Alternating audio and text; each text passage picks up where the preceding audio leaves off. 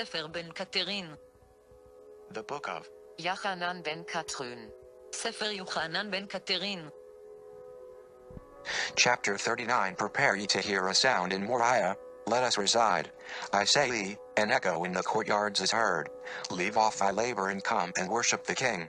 Lay upon his steps, and shed tears upon his feet, and be thou clean every whit. They that counsel in blood cannot be found, and he that seeketh them knoweth me not. Blood I abhor, how my soul loatheth death, and my heart the soul, the thought of him who intimateth death. The pit beheld me, at the day of its forming it dreaded my coming. No place was found for it in the earth, in the day of its begetting. Corruption was afraid of me, for my abhorrence of death it would not draw nigh. As God liveth, so do they who call upon my name live forever. What hath cattle death to do with me, and where can its place be found in my abode?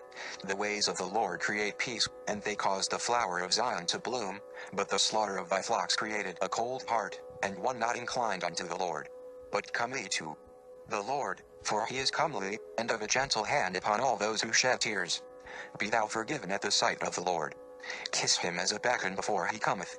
Hear, O Israel, declareth the Lord with a mighty voice, and all ye nations that call upon the name of the Lord, offer now of your hearts offerings unto the Lord, peace, graciousness, and a meek spirit, love and benevolence. Oppress no more the hireling, and give unto all a fair measure for their labor.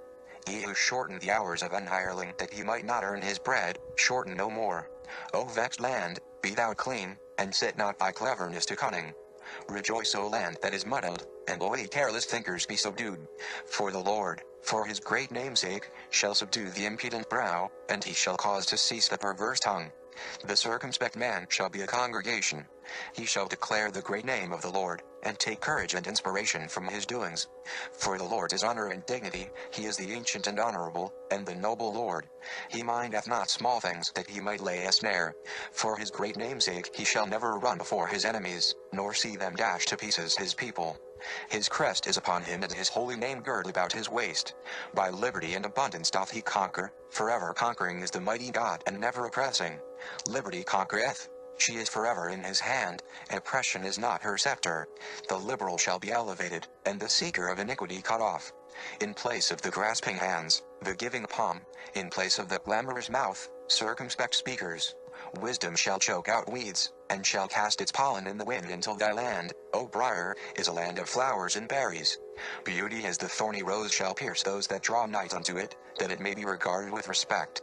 So shall the Lord clothe the land by his wisdom, and place over Israel the apparel of beauty, and so shall he cause all those who approach to respect her. And we shall dwell in peace and surety. The hours of the hireling shall not be stopped, nor shortened, that masters may make long their income. He who is skilled shall not be treated as a migrant. In all the land there shall be plenty, that a man may call a stranger friend, and friend his brother.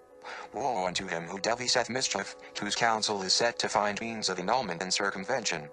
The Lord shall not set him in an high place in that day, nor him whose mind is set to extract money, who thinketh long and hard on how money may be gained.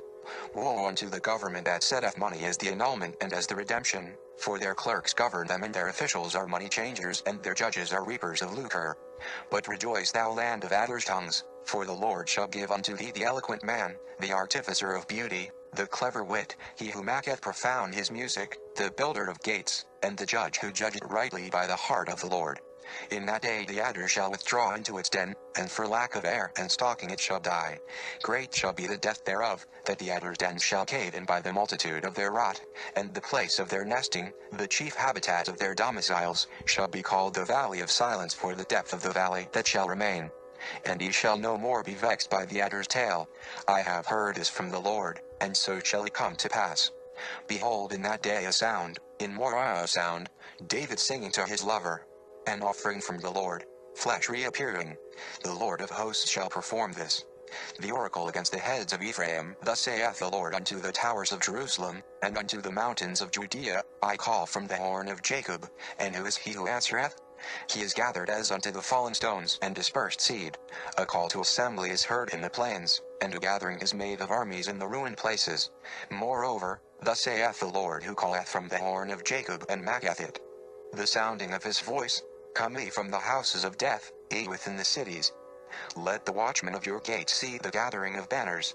But no man stirreth, and there is pity because none answereth. The houses of death have done their work, and the watchmen are next. They shall come out and join the army, and leave off the artificer of death. Is this not the state of the wise of my people, saith the Lord? Have they not dealt in natron, instead of the fragrant spice? And in detestable things rather than pure? Bile is the broth of their ointment. In your hunger ye went to them, and in your thirst ye drank of the wisdom of mankind, bile unto the Lord.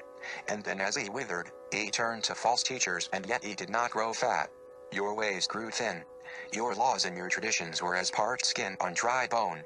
There was no substance, and ye could see no substance. Speak unto them this word, saying, Thus saith the Lord, Is this people's pride not a stiff neck, or is it a weak heel? Yea, saith the Lord, it is a weak heel. I have afflicted you, O captivity, and yet ye would not turn unto me. Because your withered teachings told you to regard my words as less than those who scavenged them, ye could not believe. When my words were spoken, your masters snatched them from you, saying, We too act on behalf of the Lord. A word here, a word there. Let us make it into a mountain impassable. They weighed my words falsely, saith the Lord, and in the balance they added their own words and tipped the scales to anger me more. Therefore I speak clearly in my wrath, saith the Lord, that ye may know I am, and that ye may be sure it is I who bringeth the sore chastisement upon you, and that ye may also be sure, saith the Lord, that it is mine hand which bringeth also the good, in the day in which I turn you unto me, to make you a peculiar prize amongst all nations, that ye may know from henceforth to walk in my ways, to teach all nations. For I will teach thee once again to be a glory, O Jerusalem, and thou, O city of David, to be a fair virgin, Ariel to soar, where my justice dwelleth. Thou shalt hearken unto my words, and I will guide thee. What is not clear I shall make as glass. What man hath made murky, I shall distill. Thou shalt surely soar with Ariel that day, for I have promised it, saith the Lord. Thou shalt swing from Orion's belt, and converse with Cassiopeia. Pleiades shall be instructed at thy voice. Thou shalt say to dove, Come here, and thou shalt take of the ladle, even the greater and the lesser, and thou shalt extol the name of the Lord thy God, whose hand hath made all these, and whose hand hath chosen thee. Soon thou shalt giggle at the heights. Yea, thou shalt laugh at thy former ways, and the philosophies inspired by Rubel. Thou shalt not mourn at thy turning for long, and shall humble thyself at the graciousness of God. For in that day you shall see that I am God, because I draw you unto me as tender children, so that not one of you faileth in the way. Now shall I rouse the envy of Jacob, saith the Lord. The languishing of Ephraim will be no more. He who is exalted from on high shall be the envy of Jacob and the pattern for Ephraim. Laughter setteth well on him who dispossesseth petty things. So shall Jacob and Ephraim scorn the teachings of your Polish swamis, and so shall they shake their heads at the cowherds and barbers he made rebapes. For Jacob's envy of the Lord hath waxed strong, and Ephraim's desire shall be to his God. Thus saith the Lord, Be not like unto them. They are not the ancient and honorable, and their seed no older than 10 generations. They are mystics whose souls soar as the crow, but as a crow landeth on a pig, so too do they haggle in common courts. They taught you to round a corner of your heart, that ye may not serve me, and to weigh my words, and of their study they make a false science. Upon their women they require a covering, and then make it a false covering of hair, that they may mock substance and make it look as if there is no covering.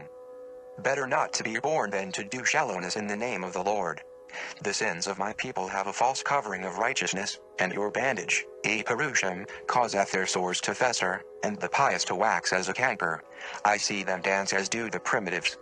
I see them carry my law as a token and as an idol of men, but they know not what is in it, nor do they understand.